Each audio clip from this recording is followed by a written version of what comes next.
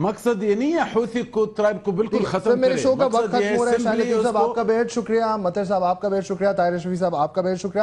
یہ موضوع بڑھ لے, اس کے اوپر اتنے شارٹ ٹائم میں بات نہیں ہو سکتی. انشاءاللہ نیکسٹ ویک میں کوشش کریں گے اس کے اوپر دوبارہ تفصیل کے ساتھ بات کریں گے. تو شام خال کو اجازت دیجیے, اللہ حافظ.